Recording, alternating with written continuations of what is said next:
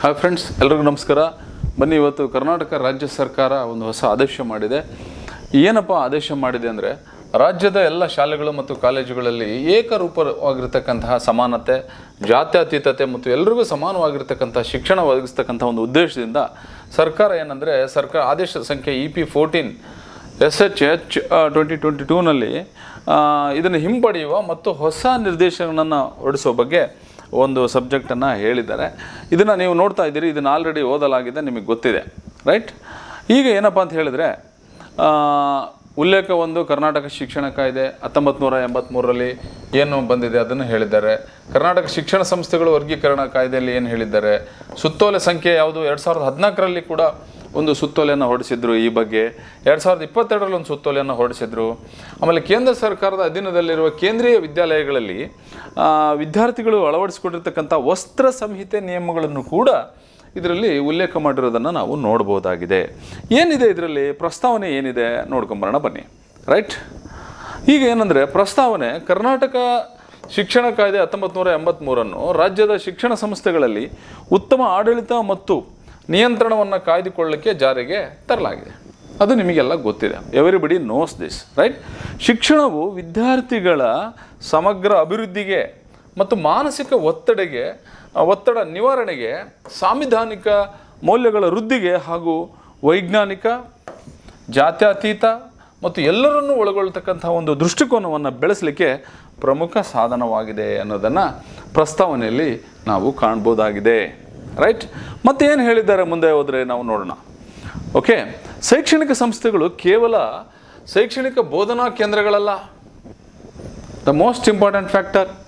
ಬದಲಾಗಿ ವಿದ್ಯಾರ್ಥಿಗಳು ವೈಜ್ಞಾನಿಕತೆ, ವೈಚಾರಿಕತೆ, ಸಮಾನತೆ ಮತ್ತು ಘನತೆ ಹಾಗೂ ಭ್ರಾತೃತ್ವ, ಶಿಸ್ತು, ಪರಸ್ಪರ ಗೌರವ, ಸಾಮಾಜಿಕ ಸಾಮರಸ್ಯ, ಜವಾಬ್ದಾರಿಯುತವಾಗಿ ನಡ್ಕೊಳ್ತಕ್ಕಂತಹದ್ದು, ನಮ್ಮ ಸಂವಿಧಾನದ ಪ್ರಜಾಪ್ರಭುತ್ವದ ಮೌಲ್ಯಗಳನ್ನು ಕಲಿಯುವ ಮತ್ತು ಸಾಂವಿಧಾನಿಕ ಕೇಂದ್ರಗಳಾಗಿವೆ ಅಂತ ಅನ್ನೋದನ್ನು ಈ ಒಂದು ಪ್ರಸ್ತಾವನೆಯಲ್ಲಿ ನಾವು ನೋಡ್ಬೋದು. ಕರ್ನಾಟಕ ಶಿಕ್ಷಣ ಕಾಯ್ದೆ 1983 ಸೆಕ್ಷನ್ 7 ಶಿಕ್ಷಣದ ಸಮರ್ಪಕ ನಿಯಂತ್ರಣಕ್ಕಾಗಿ ಅಗತ್ಯವಿರತಕ್ಕಂತಹ ವಿಷಯಗಳನ್ನು ನಿರ್ದಿಷ್ಟಪಡಿಸುವ ಅಧಿಕಾರ ರಾಜ್ಯ ಸರ್ಕಾರಕ್ಕಿದೆ. ಏನು ಹೇಳ್ತಾರೆ ಅದು ಸೆಕ್ಷನ್ನಲ್ಲಿ? ಸೆಕ್ಷನ್ 133/2 ಇದೆಲ್ಲ ಯಾಕೆ ಸೆಕ್ಷನ್ಗಳು ಬಂದಿದೆ ಅಂದರೆ, ಒಂದೊಂದು ಶಾಲೆಯಲ್ಲಿ ಒಂದೊಂದು ವಸ್ತ್ರ ಸಂಹಿತೆ, ಒಂದೊಂದು ಕಾಲೇಜಲ್ಲಿ ಒಂದೊಂದು ವಸ್ತ್ರ ಸಂಹಿತೆಗಳು ಇರೋದನ್ನು ಅದು ಮಾಡೋಕ್ಕೆ ಬರೋದಿಲ್ಲ. ಆ ಅಧಿಕಾರವನ್ನು ಹೊರಡಿಸ್ತಕ್ಕಂಥ ಈ ಒಂದು ಸೆಕ್ಷನ್ ಪ್ರಕಾರ ಈ ರಾಜ್ಯ ಸರ್ಕಾರಕ್ಕೆ ಅಧಿಕಾರ ಇದೆ ಅನ್ನೋದನ್ನು ಪ್ರಸ್ತಾವನೆಯಲ್ಲಿ ಅವರು ಭಾಳ ಸ್ಪಷ್ಟವಾಗಿ ಹೇಳಿರೋದನ್ನು ನಾವಿಲ್ಲಿ ನೋಡ್ತೇವೆ. ಓಕೆ, ಮುಂದೆ ಏನು ಹೇಳಿದ್ದಾರೆ ಬನ್ನಿ ನೋಡೋಣ. ಈ ನಿಯಮಗಳನ್ನು, ಸದರಿ ಉದ್ದೇಶಗಳನ್ನು ಜಾರಿಗೊಳಿಸಲಿಕ್ಕೆ ಶಿಕ್ಷಣ ಸಂಸ್ಥೆಗಳಿಗೆ ನಿರ್ದೇಶನ ನೀಡುವ ಅಧಿಕಾರವೂ ಕೂಡ ಸರ್ಕಾರಕ್ಕಿದೆ ಅನ್ನುವಂಥದ್ದು. ಈ ಮೇಲೆ ಓದಲಾದ ಆದೇಶವನ್ನು ಕೆಲವು ಶಿಕ್ಷಣ ಸಂಸ್ಥೆಗಳಲ್ಲಿ ಸಮವಸ್ತ್ರ ಮತ್ತು ಉಡುಪು ಸಂಹಿತೆಗೆ ಸಂಬಂಧಿಸಿದಂತೆ ಉಂಟಾಗಿದ್ದಂತಹ ಪರಿಸ್ಥಿತಿಗಳ ಹಿನ್ನೆಲೆಯಲ್ಲಿ ಈ ಒಂದು ಆದೇಶವನ್ನು ಹೊರಡಿಸಲಾಗಿತ್ತು. ಸರ್ಕಾರಿ, ಖಾಸಗಿ ಶಾಲೆಗಳು ಮತ್ತು ಪದವಿ ಪೂರ್ವ ಕಾಲೇಜುಗಳ ವಿದ್ಯಾರ್ಥಿಗಳು ಸಂಬಂಧಿತ ಪ್ರಾಧಿಕಾರವು ನಿಗದಿಪಡಿಸಿದ ಸಮವಸ್ತ್ರವನ್ನು ಕಡ್ಡಾಯವಾಗಿ ಧರಿಸಬೇಕು ಹಾಗೂ ಸಮವಸ್ತ್ರ ನಿಗದಿಪಡಿಸದಿದ್ದಲ್ಲಿ, ಮೋಸ್ಟ್ ಇಂಪಾರ್ಟೆಂಟ್, ಸಮವಸ್ತ್ರ ನಿಗದಿಪಡಿಸದಿದ್ದಲ್ಲಿ ಏಕತೆ, ಸಮಾನತೆ ಮತ್ತು ಸಾರ್ವಜನಿಕ ಸುವ್ಯವಸ್ಥೆಗೆ ಹೊಂದುವಂತಹ, ದ ಮೋಸ್ಟ್ ಇಂಪಾರ್ಟೆಂಟ್, ಸಾರ್ವಜನಿಕ ಸುವ್ಯವಸ್ಥೆಗೆ ಹೊಂದುವಂತಹ ಉಡುಪನ್ನು ಧರಿಸಬೇಕು ಅನ್ನೋದನ್ನು ಸದರಿ ಆದೇಶದಲ್ಲಿ ಮುಂಚೆ ತಿಳಿಸಲಾಗಿತ್ತು. ಓಕೆನಾ?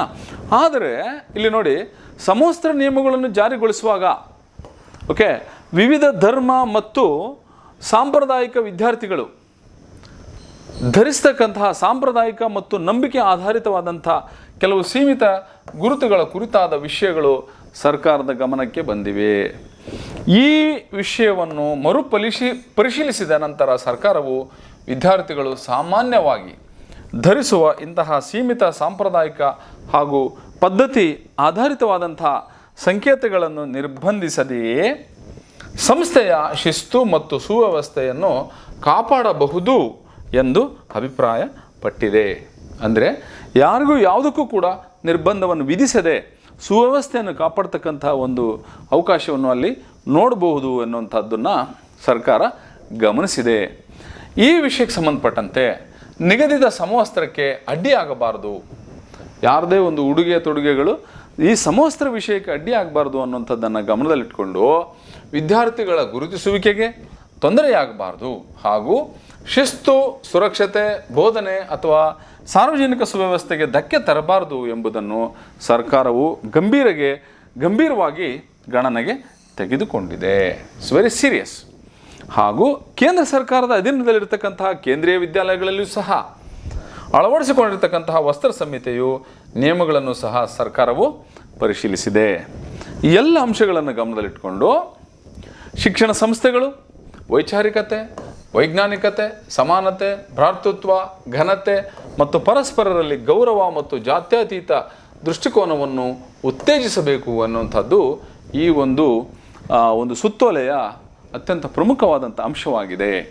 ಆದ್ದರಿಂದ ಸಾಂವಿಧಾನಿಕ ಅರ್ಥದಲ್ಲಿ ಜಾತ್ಯತೀತತೆ ಎಂದರೇನು? ವೈಯಕ್ತಿಕ ನಂಬಿಕೆಗಳ ವಿರೋಧವಲ್ಲ,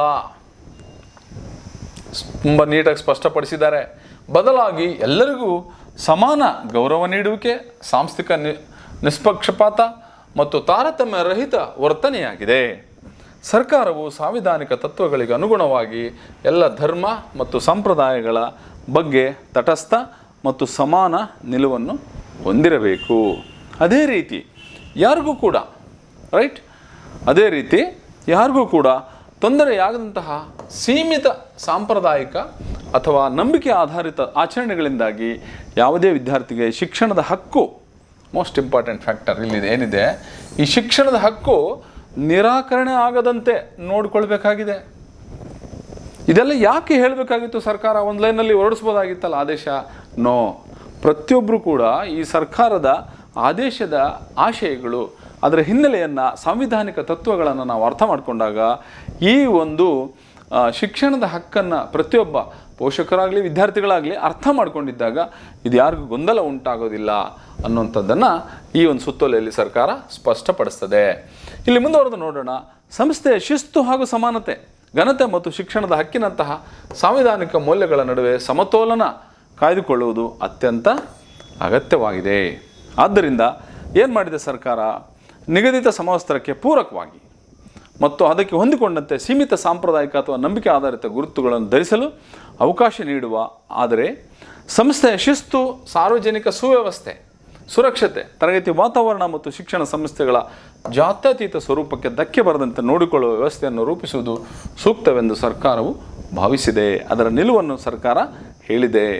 ಓಕೆ, ಈ ಸಂದರ್ಭದಲ್ಲಿ ಸಮವಸ್ತ್ರ ಮತ್ತು ಶಿಸ್ತನ್ನು ಕಾಪಾಡುವ ಜೊತೆಗೆ ತಾರತಮ್ಯವಿಲ್ಲದ ಮತ್ತು ಸಾಂವಿಧಾನಿಕವಾಗಿ ಸಮತೋಲಿತವಾದ ರೀತಿಯಲ್ಲಿ ಸೀಮಿತ ಸಾಂಪ್ರದಾಯಿಕ ಹಾಗೂ ಪದ್ಧತಿ ಆಧಾರದ ರಹಿತವಾದಂಥ ಸಂಕೇತಗಳನ್ನು ಧರಿಸಲಿಕ್ಕೆ ಅನುಮತಿಸುವ ಉದ್ದೇಶದಿಂದ ಮೇಲೆ ಓದಲಾದ 4ರ ಆದೇಶವನ್ನು ಹಿಂಪಡೆದು ರಾಜ್ಯದ ಎಲ್ಲ ಶಿಕ್ಷಣ ಸಂಸ್ಥೆಗಳಲ್ಲಿ ಹೊಸ ನಿರ್ದೇಶನಗಳನ್ನು ನೀಡುವುದು ಅಗತ್ಯವೆಂದು ಸರ್ಕಾರವು ತೀರ್ಮಾನಿಸಿದಂತೆ ಈ ಆದೇಶವನ್ನು ಹೊರಡಿಸಿದೆ. ನೋಡಿ, ಒಂದು ಆದೇಶವನ್ನು ಹೊರಡಿಸಬೇಕಾದ್ರೆ ಯಾಕೆ ಹೊರಡಿಸ್ತೀವಿ ಅಂತ ಸರ್ಕಾರ ಹೇಳುತ್ತೆ.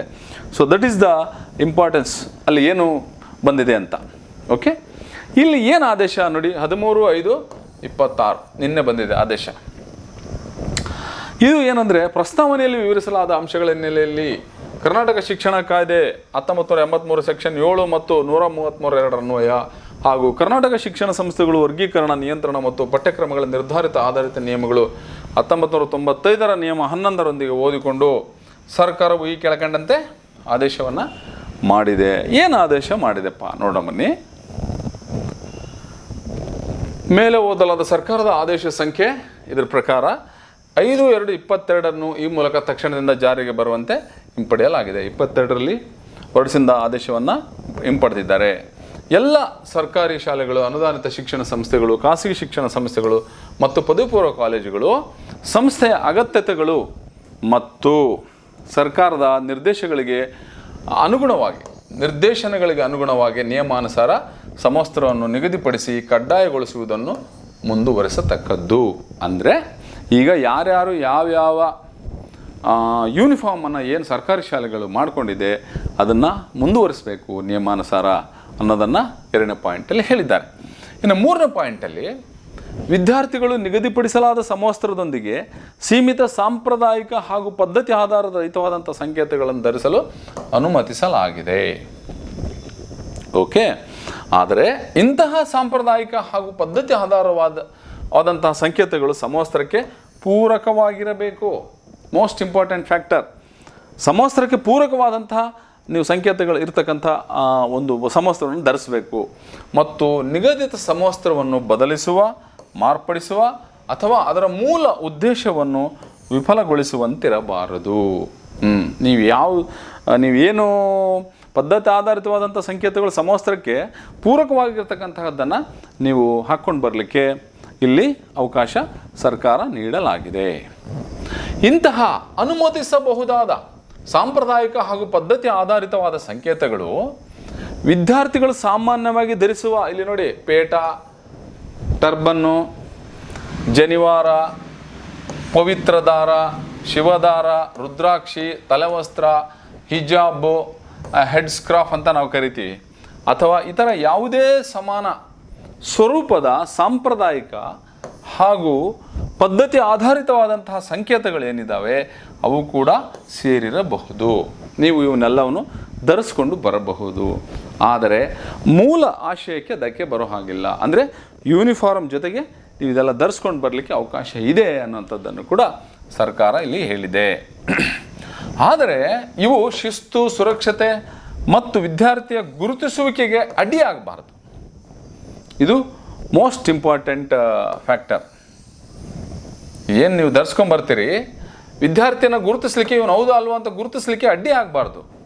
ಅದನ್ನು ಆ ರೀತಿಯಾಗಿ ನೀವು ಧರಿಸ್ಕೊಂಡು ಬರಲಿಕ್ಕೆ ಅವಕಾಶ ಇದೆ ಅನ್ನೋದನ್ನು ಸರ್ಕಾರ ಇಲ್ಲಿ ತನ್ನ ಆದೇಶದಲ್ಲಿ ಸ್ಪಷ್ಟವಾಗಿ ಹೇಳಿದೆ. ನಿಗದಿತ ಸಮವಸ್ತ್ರದೊಂದಿಗೆ ಇಂತಹ ಸೀಮಿತ ಸಾಂಪ್ರದಾಯಿಕ ಹಾಗೂ ಪದ್ಧತಿ ಆಧಾರಿತ ಸಂಕೇತಗಳನ್ನು ಧರಿಸಿರುವ ಕಾರಣಕ್ಕಾಗಿ ಯಾವುದೇ ವಿದ್ಯಾರ್ಥಿಗೆ ಶಿಕ್ಷಣ ಸಂಸ್ಥೆಯ ತರಗತಿ, ಪರೀಕ್ಷಾ ಕೊಠಡಿ ಅಥವಾ ಶೈಕ್ಷಣಿಕ ಚಟುವಟಿಕೆಗಳಿಗೆ ಪ್ರವೇಶ ಪತ್ರವನ್ನು ನಿರಾಕರಿಸುವಂತಿಲ್ಲ. ಓಕೆನಾ? ದೆನ್ ನೋಡೋಣ ಇನ್ನು.